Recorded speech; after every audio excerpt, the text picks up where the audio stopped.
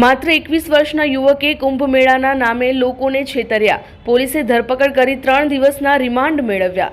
Vapi GIDC police મથકમાંથી મળતી વિગતો પ્રમાણે કુંભ મેળો શરૂ હતો ત્યારે શ્રદ્ધાળુઓ સાથે છેતરપિંડી કરનાર મૂળ બિહારના મુઝફ્ફરનો અને હાલમાં દાદરાનગર હવેલીના મસાજમાં રહેતા 21 વર્ષના લલિત નારાયણ રામકુમાર સિંઘે સોશિયલ મીડિયા મારફતે એક જાહેરાત ફરતી કરી હતી કે કુંભ મેળામાં જવા માંગતા શ્રદ્ધાળુઓને ટ્રેનમાં સ્પેશિયલ કન્ફર્મ ટિકિટ મળશે, ફ્લાઇટમાં જવા માંગતા શ્રદ્ધાળુઓને પણ કન્ફર્મ ટિકિટ મળશે અને તેમાં વિશેષ ડિસ્કાઉન્ટ પણ આપવામાં આવશે તેવી લોભામણી લાલચમાં કેટલાક શ્રદ્ધાળુઓએ આ વ્યક્તિનો કોન્ટેક્ટ કરી ઓનલાઈન પૈસા ટ્રાન્સફર કર્યા હતા.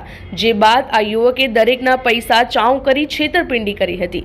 પકડાયેલ આરોપીએ લોકોને છેતરી અંદાજિત 1.40 લાખની છેતરપિંડી કરી હોવાની કબૂલાત કરી છે. પોલીસે તપાસ હાથ ધરી આરોપી લલિત નારાયણ રામકુમાર સિંઘની ધરપકડ કરી છે. આરોપીને